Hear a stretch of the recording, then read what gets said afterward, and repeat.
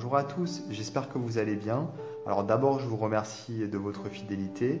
Et aujourd'hui, je vous propose un jeu italien qui est très très rare, qui s'appelle Tarocco della Felicità, donc le tarot de du bonheur, quoi, finalement, de la joie. Il a été créé et dessiné par Americo Folchi aux éditions Del Soleon. Alors moi j'aime beaucoup les éditions Del Soleon puisqu'ils ont des jeux absolument magnifiques qui ont été créés par des grands artistes italiens. En plus les cartes sont de bonne qualité, ce sont des jeux qui sont sortis il y a déjà un moment, qui sont devenus très rares, donc des jeux de collection.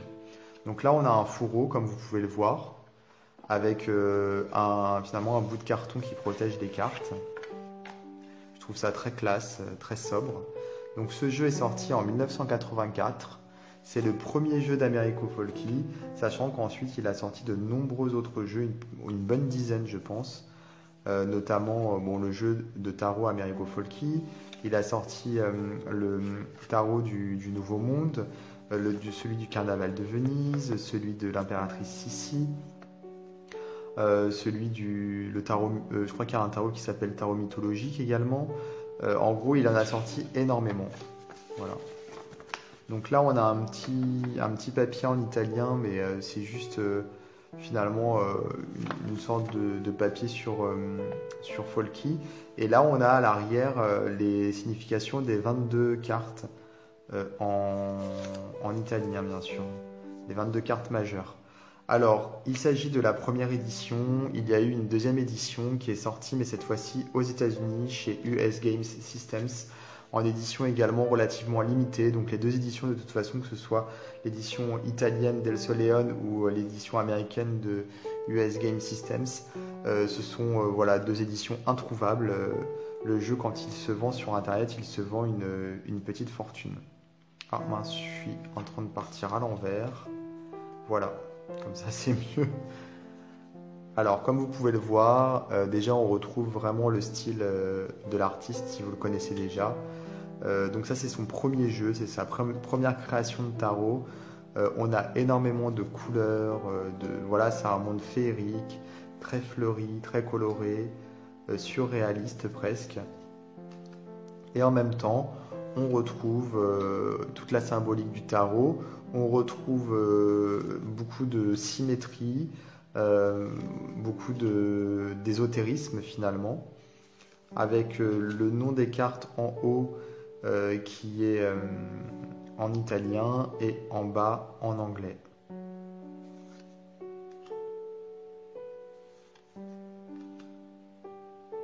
Donc c'est un Rider-Waite-Smith. Il est vraiment basé sur ce système.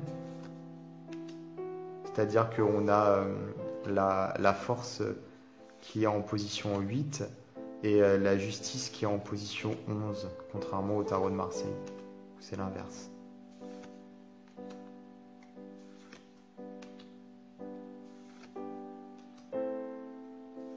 Et surtout, ce qui diffère finalement le plus, ce qui diffère le plus, ce qui est un petit peu surprenant, je veux dire, c'est que les mineurs ne sont pas illustrés, contrairement justement au Rider-Waite-Smith classique où on a des petites scénettes. Donc là, non. Là, on a des mineurs qui sont simples.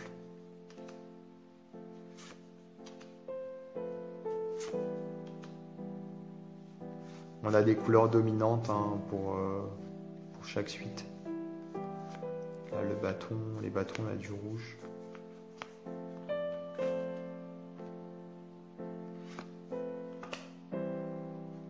Alors la petite critique effectivement qu'on pourrait lui faire, c'est de ne pas avoir illustré les mineurs, sachant que c'est un Rider-Waite-Smith au niveau du reste. Donc c'est dommage de ne pas avoir été jusqu'au bout de la démarche. Mais bon, c'est vrai qu'aussi ça représente plus de travail. Peut-être qu'il n'était pas inspiré, ou peut-être qu'il avait je ne sais pas, des impératifs au niveau du temps, il n'a pas pu sortir les mineurs.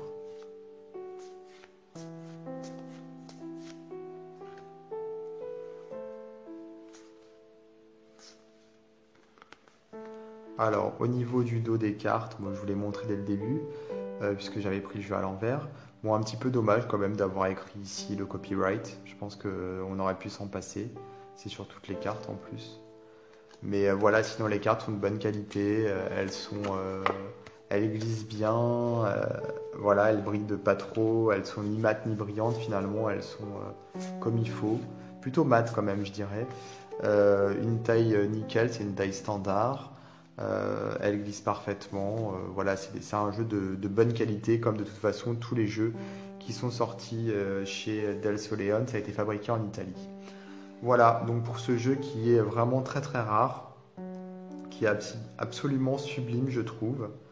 Et donc si vous voulez vous le procurer, n'hésitez pas à regarder, mais plutôt sur les sites d'occasion, puisque sinon vous ne le trouverez pas en neuf, en tout cas dans les boutiques, voilà, c'est plus édité. J'espère que ma vidéo vous aura plu et que vous avez découvert un jeu qui vous a plu également.